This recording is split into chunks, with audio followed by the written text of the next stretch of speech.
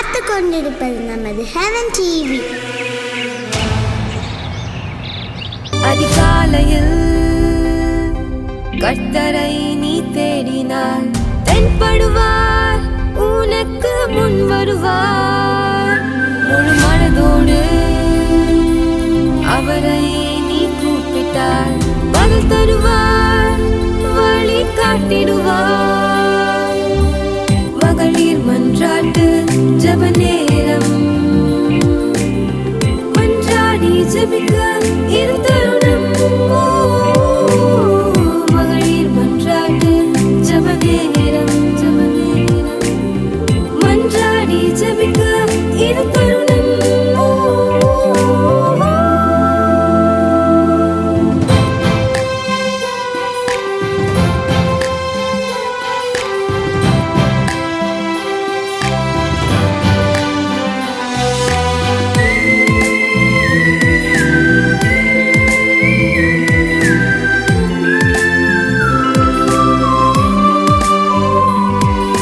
தேவனுக்கே மகிமை உண்டாவதாக. ஹெவன் டிவி மூலமாக மகளிர் மன்றாட்டு ஜெபத்தில் இணைந்திருக்கும் அனைவரையும் தேவன் தாமே ஆசீர்வதிப்பாராக. தேவன் நம்முடைய ஏக்கங்களையும் பெருமூச்சுகளையும் விருப்பங்களையும் வாஞ்சைகளையும் பாதகங்களையும் எல்லாவற்றையும் நன்றாக அறிந்தவராக இருக்கிறார். ஆனாலும் நம்முடைய தேவைகள் இன்னதென்று அவர் நன்றாக அறிந்திருந்த பொழுதிலும் கேளுங்கள், அப்பொழுது உங்களுக்கு கொடுக்கப்படும். கேட்கிற எவனும் பெற்றுக்கொள்ளுகிறான். எதை கேட்டாலும் என் நாமத்தினாலே கேட்கும் பொழுது நான் உங்களுக்கு அதை தருவேன் என்று வாக்களித்திருக்கிறபடியால் நாம் உரிமையோடு அவரிடம் கேட்டு பெற்றுக்கொள்ளும்படியாக இந்த நேரத்திலே ஜெபத்திலே நாம் இணைகின்றோம். தேவன் அதை பார்த்து கொண்டிருக்கிறார், நம் நடுவில் இருக்கிறார். நிச்சயமாகவே அவர் நம்முடைய கூப்பிடுதலின் சத்தத்தை கேட்டு கேட்கிறவர் மட்டுமல்ல, அதற்கு பதில் அளிப்பார். ஆகவே இந்த நேரத்திலே யாவரும் நம்மை ஒரு முறை தேவனுக்கு முன்பாக அர்ப்பணித்து இந்த ஜெப வேளையை பயனுள்ள நேரமாக மாற்றிக்கொள்ளுவோமா? ஜெபிப்போம். அன்புள்ள நல்ல இயேசுவே, இந்த புதிய அதிகாலை நேரத்திற்காகவும் ஒரு புதிய நாளுக்காகவும் எங்கள் ஆயுசு நாளிலே ஒரு நாளை நீர் கூட்டி கொடுத்ததற்காகவும் உமக்கு நாங்கள் நன்றி செலுத்துகிறோம் ராஜா. ஒவ்வொரு நாளும் நீர் எங்களை கரம் பிடித்து அற்புதமாக ஆச்சரியமாக எங்களை வழிநடத்தி கொண்டு வருகிறீர். அதற்காக உமக்கு ஸ்தோத்திரம். இந்த நாளின் பொறுப்பை உம்முடைய கரத்தில் நாங்கள் ஒப்பு கொடுக்கிறோம். இந்த நாள் முழுவதும் உம்முடைய கிருபை எங்களோடு கூட இருக்கட்டும். நீர் எங்களை வழி நடத்தும். இந்த நாளுக்குரிய ஆசீர்வாதங்களால் எங்களை நிறைத்தருளும். நாங்கள் யாரிடம் செல்ல முடியும்? எங்கள் வேதனைகளை சொல்லுவதற்கு ஒருவர் உண்டென்றால் அவர் நீர் மாத்திரமே ஆண்டவரே. எங்கள் கண்ணீர்களை ஊற்ற வேண்டுமானால் அது உம்முடைய பாதங்கள் மட்டுமே ஆண்டவரே. இந்த உலகத்து மனிதர்கள் எங்கள் குறைகளை கேட்கலாம், ஆனால் உம்மிடத்தில் எங்கள் குறைகளை நாங்கள் சொல்லும் பொழுது சம்பூரணராகிய தேவனாகிய நீர் எங்கள் குறைவுகளை எல்லாம் நீர் நிறைவாக்கி அதை எங்களுக்கு ஆசீர்வதித்து தருகிறீர். எங்கள் குறைகள் மாறி போகிறது. ஆகவே நாங்கள் யாவரும் இந்த நேரத்தில் ஆயத்தமாகி உம்முடைய சமூகத்தில் எங்கள் இருதயத்தை உமக்கு நேராக திருப்புகிறோம். ஒரு மனதின் ஆவியை கட்டளையிட்டருளும். வேறுபாட்டின் ஆவிகளை அகற்றி போடும். ஆவியோடும் உண்மையோடும் பரிசுத்த அலங்காரத்தோடும் உம்மை தொழுது கொள்ள, உம்மை பாட, உம்மை துதிக்க, உம்மை ஆராதிக்க, உம்மை சேவிக்க, உம்மோடு கூட பேச இந்த நேரம் எங்களுக்கு கொடுக்கப்பட்டிருக்கிறது. உம்முடைய பிரசன்னம் எங்களுக்கு பேரின்பத்தை தருகிறது. உம்முடைய சமூகம் எங்களுக்கு ஆனந்தத்தை தருகிறது. பரிசுத்த ஆவியானவர் அசைவாடட்டும். உம்முடைய வல்லமையும் மகிமையும் இந்த ஜெபத்தின் மூலமாக எங்களிலே விளங்கட்டும். மகத்துவமான, அதிசயமான, ஆச்சரியமான, அற்புதமான காரியங்களை செய்கிற தேவன் நிச்சயமாகவே எங்கள் சத்தத்தை கேட்டு பதிலளிப்பீர் என்று விசுவாசித்து நம்பிக்கையோடு இந்த ஜெபத்தை இயேசு கிறிஸ்துவின் மூலமாக ஏறெடுக்கிறேன். ஜீவனுள்ள நல்ல பிதாவே, ஆமேன், ஆமேன், ஆமேன். அல்லேலூயா, அல்லேலூயா. ஒரு சில நிமிடங்கள் நாம் தேவனை துதிப்போமா? அவர் அன்புள்ள தேவனாக இருக்கிறார், அன்பின் சொருபியாக இருக்கிறார். அவர் நம் மீது வைத்த அன்பினாலே தம்முடைய ஜீவனையே நமக்காக தந்தார். கல்வாரி சிலுவையிலே தொங்கினார். தம்முடைய பரிசுத்த மாசற்ற குற்றமற்ற தூய்மையான இரத்தத்தை அவர் சிந்தினார். அவருடைய இரத்தத்தினாலே நாம் அடைந்திருக்கிற நன்மைகள் ஏராளம் ஏராளம்.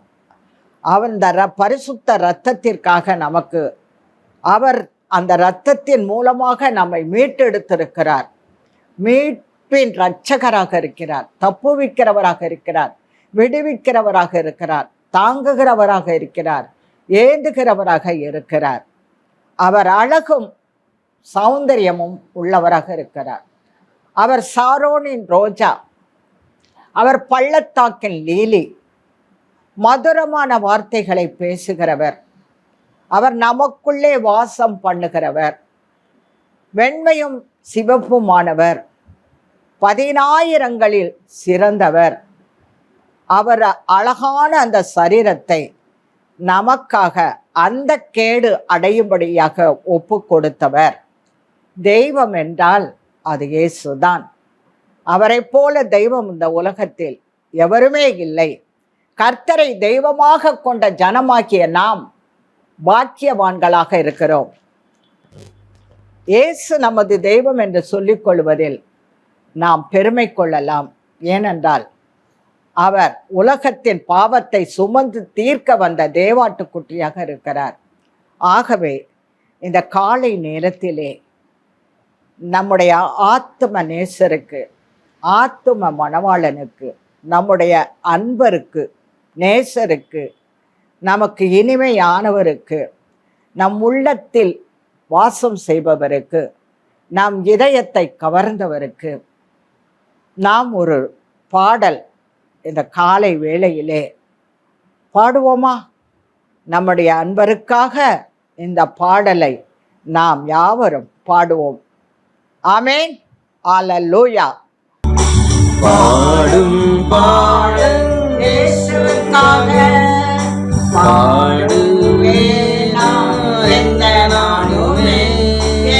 நேசா வண்ணரோஜா பள்ளத்தாக்கின் லீலியாவரே, என் ராஜா வண்ணரோஜா பள்ளத்தாக்கின் லீலியாவரே.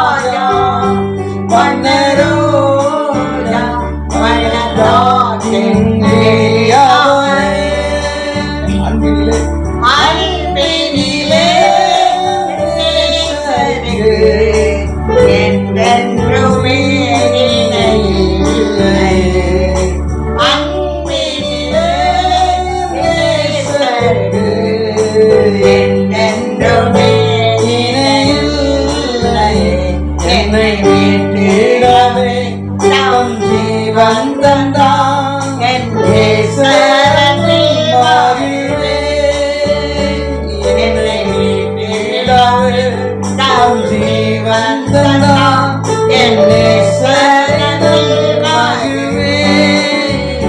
பாடும் பாடல் இயேசுவுக்காக பாடுவேன் நான் எந்த நாளுமே. என் ராஜா வந்த ரோஜா பள்ளத்தாக்கின் வெளியவரே. தெய்வம் என்றால் இயேசுதானே. யாவை வென்று உயிர்த்தெழுந்தாரே. தெய்வம் என்றால் இயேசுதானே. யாவை வென்று உயிர்த்தெழுந்தாரே. என் பொன்னேசரின் பாதை சாய்ந்தோராக நான் பாடுவேன் மாமாலைகளே. என் பொன்னேசரின் பாதை சாய்ந்தோராக நான் பாடுவேன் மாமாலைகளே. பாடும் பாடல் இயேசுவுக்காக பாடுவேன் நான் எந்த நாளுமே. என் ராஜா வந்த ரோஜா பள்ளத்தாக்கின் வெளியவரே. இயேசு ராஜா வந்த ரோஜா பள்ளத்தாக்கின் வெளியவரே. தேவனுக்கே மகிமை உண்டாவதாக. எனக்கு அன்பானவர்களே, என்னோடு கூட இந்த ஜெபத்தில் இணைந்திருக்கிறவர்களே, வாழ்க்கையில் வனாந்திரம் வரலாம், அவ்வப்பொழுது வரும் போகும். ஆனால் ஒரு சிலருடைய வாழ்க்கை வனாந்திரமாகவே மாறிவிடுகிறது, அவாந்திரமாகி விடுகிறது, வெட்டாந்தரையாகி விடுகிறது. கற்களும் முட்களும் கரடு முரடுமான பாதைகளிலே நடக்க வேண்டிய நிர்பந்தத்தில் தள்ளப்படுகிறார்கள். வளமற்ற ஒரு வாழ்க்கை ஆகிவிடுகிறது, செழிப்பற்ற ஒரு வாழ்க்கை ஆகிவிடுகிறது, குறைவுகள் நிறைந்த ஒரு வாழ்க்கையாக இருக்கிறது. ஆனாலும் கூட உபத்திரவத்தின் குகையிலே நடக்க வேண்டியதாக இருக்கிறது. ஆனாலும் தேவன் வனாந்தரத்தையும் வெட்டாந்தரையையும் கடுவெளியையும் பாலைவனத்தையும் அவர் சோலை வனமாக மாற்ற வல்லவராக இருக்கிறார். அப்படிப்பட்ட ஒரு சூழ்நிலையில் நடுவிலே நாம் நடந்து கொண்டு இருப்போம். ஆனால் இந்த நாளில் தானே அந்த நிலையை மாற்றும்படியாக ஆவியானவர் விரும்புகின்றார். வாழ்க்கையில் வனாந்தரம், அவாந்தரம், பாலைவனம், வெட்டாந்தரை, கடுவெளி, கரடுமுரடான கற்கள் நிறைந்த முட்கள் நிறைந்த பாதைகளை அவர் எப்படியெல்லாம் மாற்ற வல்லவர் என்பதை ஒரு சில வசனங்களின் மூலமாக நான் வாசிக்கிறேன்.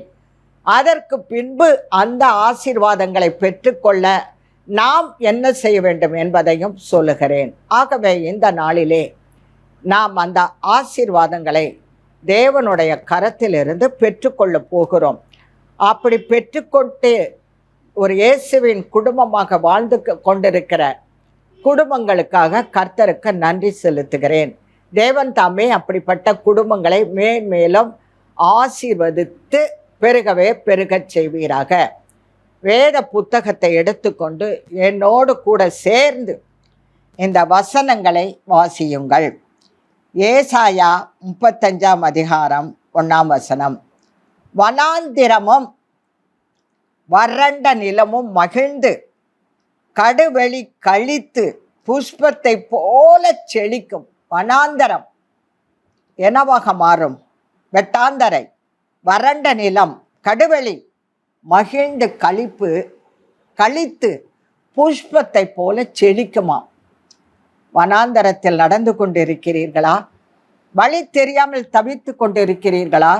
வனாந்தரத்தில் வழியையும் தண்ணீர் தடாகத்தையும் அவாந்திர வழியில் ஆறுகளை உண்டாக்குகிற தேவன் உங்கள் வாழ்க்கை என்னும் வனாந்திரத்தில் ஒரு தோட்டத்தை அவர் உண்டாக்க வல்லமை உள்ளவராக இருக்கிறார். ஏசாயா 58 அதிகாரம் 11 வசனம். கடைசி பகுதி, நீர்ப்பாய்ச்சலான தோட்டத்தை போலவும் வற்றாத நீரூற்றை போலவும் இருப்பாய். யாரு? நீ என்று சொல்லும்போது அதை நமக்கு என்று எடுத்துக்கொள்ளலாம். நாம் ஒவ்வொருவருக்கும் அவர் சொல்லுகிறார், நீர்ப்பாய்ச்சலான தோட்டத்தை போலவும் வற்றாத நீரூற்றை போலவும் இருப்பாய்.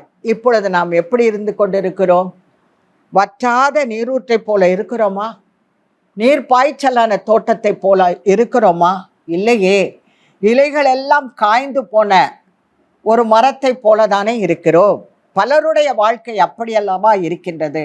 ஆனால் இந்த நாளிலே தேவன் சொல்லுகிறார், அப்படிதான் உன் வாழ்க்கை இருந்தாலும் கூட இந்த நாளிலே உன் வாழ்க்கையை நீர்ப்பாய்ச்சலான தோட்டத்தை போலவும் வற்றாத நீரூற்றை போலவும் மாற்ற அவர் வல்லவராக இருக்கிறார். ஏசாயா 43:19 கடைசி பகுதி, வனாந்திரத்தில் வழியையும் அவாந்திர வெளியில் ஆறுகளையும் உண்டாக்குவேன். அல்லேலூயா! உங்கள் வனாந்தரமான வாழ்க்கையில் ஒரு வழியை உண்டாக்குவார். ஆகார் அழுதால் வனாந்தரத்திலே ஒரு தண்ணீர் தடாகத்தை தேவன் உண்டாக்கினார். நீங்கள் இப்பொழுது அழுது கொண்டிருக்கிறீர்களோ? கலங்கி தவித்து கொண்டிருக்கிறீர்களோ? கர்த்தர் சொல்லுகிறார், உங்கள் வனாந்தரத்திலே அவரால் வழியை உண்டாக்க முடியும். தண்ணீர் தடாகத்தை உண்டாக்க முடியும். அவாந்தர வெளியிலே ஆறுகளை உண்டாக்க முடியும். நிச்சயமாக இந்த நாளிலே உங்கள் வாழ்க்கையில் ஒரு மாற்றத்தை, ஒரு துளிர்ப்பை, இது துளிர்ப்பின் ஆண்டு. ஆகவே உங்கள் வாழ்க்கையின் ஒரு துளிர்ப்பு உண்டாக போகிறது, ஒரு செழிப்பு உண்டாக போகிறது. வனாந்தர வயல்வெளி ஆகின்ற நேரம் இதுதான். இந்த ஜெப வேளையிலே வனாந்தரமான உங்கள் வாழ்க்கையில் நல்ல செழிப்பான வயல்வெளிகள், பாழாய் கிடக்கிற நிலத்திலே பயிர் நிலங்கள் உண்டாக போகிறது. எத்தனை பேர் விசுவாசிக்கிறீர்கள்? எத்தனை பேர் நம்புகிறீர்கள்? என் வாழ்க்கை பாழாகிவிட்டதே என்று நினைத்து கொண்டிருக்கிற ஒவ்வொருவருக்கும் தேவன் சொல்லுகிறார், பரிசுத்த ஆவியானவர் சொல்லுகிறார், கவலைப்படாதே, கலங்காதே, திகையாதே. உன் வாழ்க்கையை ஒரு வனாந்தரத்தை, ஒரு வழியை உண்டாக்குவேன், அதிலே ஒரு தோட்டத்தை உண்டாக்குவேன். உன் வாழ்க்கை வளமிக்க தோட்டத்தை போலவும் வற்றாத நீரூற்றை போலவும் இந்த நாளிலே மாறும். ஆமேன். அல்லேலூயா. ஏசாயா 41:18 வனாந்தரத்தை தண்ணீர் தடாகமும் வறண்ட நிலத்தை நீர்க்கேணிகளும் ஆக்கி. வறண்ட நிலத்தில் ஒரு கிணறு உண்டாகுமா? முடியாது. அதே போல வனாந்தரத்திலே ஒரு தோட்டம் உண்டாக முடியுமா? முடியாது. யாரால் முடியும்? நம் தேவன் ஒருவரால் மட்டும் உங்கள் வனாந்தரத்திலே ஒரு வழியையும் அவாந்தரத்திலே ஆறுகளையும் உங்கள் வறண்ட நிலத்திலே நீர்க்கேணிகளையும் உண்டாக்க முடியும். உங்கள் வாழ்க்கையை செழிப்பாக்க முடியும், வளமுள்ளதாக்க முடியும். பாழாய்ப்போன உங்கள் வாழ்க்கையை அவர் பயிர் நிலமாக்க முடியும். இந்த நாளிலே, இந்த நேரத்திலே ஆவியானவர் அதை செய்ய விரும்புகிறார். ஏசாயா 51:3 அதன் வனாந்தரத்தை ஏதேனை போலவும் அதன் அவாந்தரத்தை கர்த்தரின் தோட்டத்தை போலவும் ஆக்குவார். ஆக்குவார். யார் ஆக்குவார்? தேவாதி தேவன், ராஜாதி ராஜன், நம்மை மீட்கும் பொருளாக இந்த உலகத்திற்கு வந்த இரட்சகர், நமது மீட்பர் நம்முடைய வனாந்திரத்திலே என்ன செய்ய முடியும்? ஒரு ஏதேன் தோட்டத்தை அவர் வைக்க முடியும். அவர் வனாந்திரத்திலே கேதுரு மரங்களையும் பாய் மரங்களையும் புன்னம் மரங்களையும் நாட்டுவார். அவர் ஒருவரால் தான் அது முடியும். இந்த நாளிலே அதை அவர் செய்ய விரும்புகிறார். சங்கீதம் 107:35 அவர் அவாந்திர வெளியை தண்ணீர் தடாகமும் வறண்ட நிலத்தை நீரூற்றுக்களும் ஆகவும் மாற்றி. வனாந்தரத்தை எப்படி மாற்றுகிறார்? நீரூற்றாக மாற்றுகிறார். அவாந்திர வெளியை என்னவாக மாற்றுகிறார்? தண்ணீர் தடாகமாக மாற்றுகிறார். எனக்கு அன்பானவர்களே, நம்முடைய வனாந்தரமான வாழ்க்கை, அவாந்தரமான வாழ்க்கை, பாலைவனம் போன்ற கற்கள் முட்கள் நிறைந்த கடினமான வறட்சியற்ற, வளமற்ற, குறைவான ஒரு வாழ்க்கையில் உழண்டு கொண்டு வாழ்வதா? எப்படிதான் வாழ்வது? ஏன் தான் வாழ்கிறோம்? இருப்பதை விட இல்லாமல் இருப்பது நல்லதே, என் குடும்பம் இப்படி சீரழிந்து விட்டதே என்று நினைத்து கொண்டிருக்கிறீர்களோ, உங்கள் வனாந்தரம் இன்றைக்கு வயல்வெளி ஆகும், வெட்டாந்தரை நீர்த்தடாகமாக மாறும், பள்ளத்தாக்கிலே நடுவிலே நீரூற்றுக்கள் உண்டாகும், வனாந்தரம் வயல்வெளியாகும், பாழாய்ப்போன ஸ்தலங்கள் பயிர் நிலமாகும். ஆமேன், அல்லேலூயா. நம்புகிறவர்கள், விசுவாசிக்கிறவர்கள் ஒரு அல்லேலூயா சொல்லிவிடுங்கள். அப்படி ஆக வேண்டுமானால் நீங்கள் என்ன செய்ய வேண்டும்? நாம் என்ன செய்ய வேண்டும்? புலம்பல் 3:40-41. நாம் நம்முடைய வழிகளை சோதித்து அறிந்து கர்த்தரிடத்தில் திரும்ப கடவோம். நாம் கைகளோடும் கூட நம்முடைய இருதயத்தை பரலோகத்தில் இருக்கிற தேவனிடத்திற்கு ஏறெடுக்க கடவோம். நாம என்ன செய்ய வேண்டும்? வனாந்தர வாழ்க்கை செழிக்க வேண்டுமா? இப்ப சொன்ன ஆசீர்வாதங்கள் எல்லாம் தோன்ற வேண்டுமா? வனாந்தரம் வயல்வெளியாகும் ஆக வேண்டுமா? வெட்டாந்தரை நீர்த்தடாகமாக மாற வேண்டுமா? ஒன்று செய்யுங்கள், உங்கள் வழிகளை சோதித்து பார்த்து கர்த்தரிடத்தில் திரும்புங்கள். உங்கள் இருதயத்தை கர்த்தருக்கு நேராக திருப்புங்கள். அப்படி திருப்பும் பொழுது பின்வாங்கி போன வாழ்க்கையில் கர்த்தரை விட்டு வெகு தூரம் ஓடி இருந்தால் இன்றைக்கு அவரிடம் திரும்பி வந்துவிடுங்கள். ரட்சிக்கப்பட்டு குளிர்ந்த அனுபவத்தில் இருப்பவர்கள் இன்றைக்கு இயேசுவிடம் வந்து விடுங்கள். கர்த்தரே அறியாமல் இருக்கிற மக்கள் இன்றைக்கு கர்த்தரை உங்களுடைய இருதயத்தில் சொந்த இரட்சகராக ஏற்றுக்கொள்ளுங்கள். வனாந்திரமான உங்கள் வாழ்க்கை வயல்வெளியாக மாறும். ஒப்பு கொடுப்பீர்களா? உங்களை இயேசுவுக்கு சொந்தமாக கொடுப்பீர்களா? பின்னோக்கி ஓடி இருந்தால் திரும்ப ஓடி வந்து இயேசுவின் அரவணைப்புக்குள் வந்து விடுவீர்களா? வந்துவிட்டால் உங்கள் இருதயத்தை கர்த்தருக்கு நேராக திருப்பி விட்டால் உங்கள் வாழ்க்கை, என்னுடைய வாழ்க்கை செழிப்பான புஷ்பத்தை போல செழிக்கிற ஒரு வாழ்க்கையாக மாறும். ஒப்பு கொடுப்போம். அன்புள்ள நல்ல பிதாவே, ஆண்டவராகிய இயேசு கிறிஸ்துவே, இந்த அதிகாலை நேரத்தில் இப்பொழுது நாங்கள் யாவருமே எங்களை உம்முடைய கரத்தில் அர்ப்பணிக்கிறோம். எங்களை நாங்கள் சோதித்து அறிகிறோம். எங்கள் வழிகளை சோதித்து பார்க்கிறோம். வேதனை உண்டாக்கும் வழிகள் இருக்கிறது. உமக்கு பிரியமில்லாத ஒரு வாழ்க்கை இருக்கிறது. எங்கள் மனம் போல போக்கிலே ஓடிக்கொண்டு இருக்கிற ஒரு வாழ்க்கை இருக்கிறது. உம்மை விட்டு எவ்வளவோ தூரம் ஓடிவிட்ட ஒரு வாழ்க்கை இருக்கிறது. இப்படிப்பட்ட நிலைமைகள் எல்லாம் இருந்து மாறி இப்பொழுது நாங்கள் யாவரும் உம்மை நோக்கி எங்கள் வழிகளை சோதித்து அறிந்து உம்மை நோக்கி பார்க்கிறோம். நம்மை நாமே நிதானித்து அறிந்தால் நாம் நியாயம் தீர்க்கப்பட மாட்டோம். நம்மிலே பாவம் இல்லை என்று சொல்வோமானால் நம்மை நாமே வஞ்சிக்கிறவர்களாக இருப்போம். தன் பாவத்தை மறைக்கிறவன் வாழ்வடைய மாட்டான், ஆனால் அவைகளை அறிக்கை செய்து விட்டுவிடுகிறவனோ இரக்கம் பெறுவான் என்று சொல்லி இருக்கிறபடியால் எங்கள் வனாந்தர வாழ்க்கை வயல்வெளியாக வேண்டும். வெட்டாந்தரை நீர்த்தடாகமாக மாற வேண்டும். பள்ளத்தாக்கிலே நடுவிலே நீரூற்றுக்கள் தோன்ற வேண்டும். வளமிக்க தோட்டத்தை போல எங்கள் வாழ்க்கை மாற வேண்டும். வனாந்தரத்திலே ஒரு கர்த்தரின் தோட்டம் உண்டாக வேண்டும். எங்கள் வாழ்க்கையில் இவைகளெல்லாம் உண்டாக வேண்டும். அதற்காக எங்களை நாங்கள் உம்மிடத்தில் முற்றிலுமாக அர்ப்பணிக்கிறோம். எங்கள் இருதயத்தை உமக்கு நேராக திருப்புகிறோம். கசப்பு, வைராக்கியம், வெறுப்பு, எரிச்சல், கோபம், பொறாமை, குழப்பம், மன்னிக்க முடியாத தன்மைகள் இவைகளையெல்லாம் எடுத்து எறிந்துவிட்டு என் இயேசுவுக்கு, எனக்காக ஜீவன் தந்த நேசருக்கு என் இருதயத்தை ஒப்பு கொடுக்கிறேன் என்று சொல்லி இருதயத்திலே இயேசுவுக்கு ஒரு இடம் கொடுத்திருக்கிறீர்கள். இயேசுவை வாழ வையுங்கள். இருதயத்திலே வாழ வைக்கும் பொழுது அவர் உலாவுகிற தோட்டமாக நீங்கள் மாறுவீர்கள். உங்கள் வாழ்க்கை துளிர்க்க ஆரம்பிக்கும். இளம் கிளைகள் விட ஆரம்பிக்கும். அது காய்கள் அது கொடுத்து கனிகள் கொடுத்து ஒரு கனியுள்ள வாழ்க்கையாக உங்கள் வனாந்தர வாழ்க்கை, அவாந்தர வாழ்க்கை, வெட்டாந்தர வாழ்க்கை, பாலைவனத்தில் நடக்கிற போன்ற வாழ்க்கை, கரடு முரடான வாழ்க்கை, கற்கள் முட்கள் நிறைந்த வாழ்க்கை மாறும்.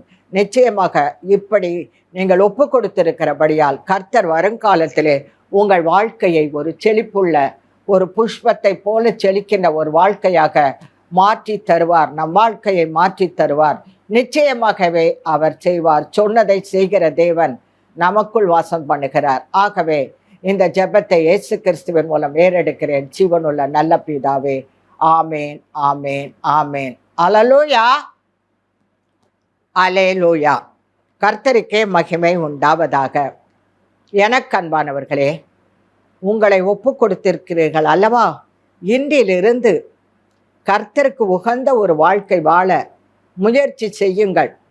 கர்த்தருக்கு பிரியமான வழியிலே நடவுங்கள். கர்த்தர் உங்கள் வாழ்க்கையை மாற்றுவார்.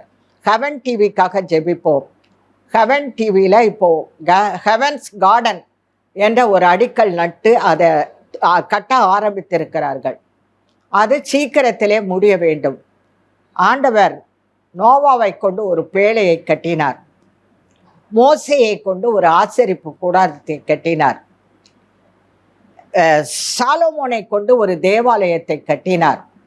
நெகேமியாவை கொண்டு இடிந்து போன எருசலேமின் அலங்கத்தை கட்டினார். இப்பொழுது நமது அன்பு சகோதரன் மேத்யூவை கொண்டு ஹெவன்ஸ் கார்டனை கட்டுவதற்காக தெரிந்தெடுத்திருக்கிறார். அவருக்கு உதவிகள் தேவை, ஒத்தாசைகள் தேவை, சகாயம் தேவை. அதையெல்லாம் அனுப்பக்கூடியவர் யார்? நீர் மாத்திரமே. கர்த்தருடைய பர்வதத்தில் எல்லாம் பார்த்து கொள்ளப்படும். அவர்கள் உமக்கென்று உழைக்கிறபடியால், அந்த திட்டத்தை நீர் கொடுத்திருக்கிறபடியால், அதற்கு தேவையான பொருட்களை நீர் பரலோகத்தை நல்ல பொக்கிஷசாலையை திறந்து அனுப்ப வேண்டும் என்று இந்த நேரத்தில் யாவரும் இணைந்து ஜெபிப்போம். அன்புள்ள நல்ல பிதாவே, எழும்புவோம், எழுந்து கட்டுவோம் என்று அவர்கள் ஹெவன்ஸ் கார்டனை கட்ட அடிக்கல் நாட்டி இருக்கிறார்கள். அதற்கு தேவையான பொருள்கள் என்ன என்ன என்பதை இந்த நேரத்தில் நீர் அறிந்தவராக இருக்கிறீர். ஒவ்வொரு ஸ்டெப்பிலையும் உம்முடைய கரம் நீட்டப்பட வேண்டும். ஒவ்வொரு சிறு சிறு தேவைகளும் உம்மால் சந்திக்கப்பட வேண்டும். அவர்கள் குறித்த நேரத்துக்குள்ளாக அந்த ஹெவன்ஸ் கார்டனை கட்டி முடிக்க வேண்டும். அங்கு நடக்கிற ஊழியங்கள் எல்லாம் ஆசீர்வதிக்கப்பட்டு வருகிறது. மேன்மேலும் ஆசீர்வதிக்கப்பட வேண்டும். புரோகிராம் கொடுத்து கொண்டு இருக்கிறவர்களையும் நீர் ஆசீர்வதிக்க வேண்டும். ஒவ்வொருவரையும் ஆசீர்வதியும். அந்த குடும்பங்கள் எல்லாம் உமக்காக உழைத்து வருகிறார்கள். அந்த ஊழியங்களை ஆசீர்வதித்தரலும். அந்த ஹெவன்ஸ் கார்டன் கட்டப்பட்டு தினமும் அதற்காக அவர்கள் ஜெபித்து வருகிறார்கள். அந்த ஜெபம், கொர்நேலியுவின் ஜெபம், தான தர்மங்கள் உம்முடைய சமூகத்தில் வந்து எட்டினது போல அந்த ஜெபங்கள் உம்முடைய சமூகத்தில் வந்து எட்டி அந்த கார்டன், அந்த கட்டிடத்தை கட்டி முடிக்க வேண்டும். அதற்குண்டான எல்லா தேவைகளையும் நீர் மாத்திரமே சந்திக்க முடியும். நீர் ஒருவரே தர முடியும். ஆகவே உம்மிடத்தில் இந்த பொறுப்புகளை எல்லாம் ஒப்பு கொடுத்து ஜெபிக்கிறேன். நீர் அப்படியே செய்வீராக. இயேசு கிறிஸ்துவின் மூலம் வேண்டிக் கொள்கிறேன் நல்ல பிதாவே, ஆமேன், ஆமேன், ஆமேன். அல்லேலூயா, அல்லேலூயா. பிறந்த நாள், திருமண நாள் கொண்டாடுகிறவர்களுக்காக ஜெபிப்போம். அன்புள்ள நல்ல பிதாவே, ஒரு ஆண்டை கடந்து புதிய ஆண்டுக்குள் பிரவேசித்திருக்கிறார்கள். இது உம்முடைய கிருபை, உம்முடைய தயவு, உம்முடைய இரக்கம்.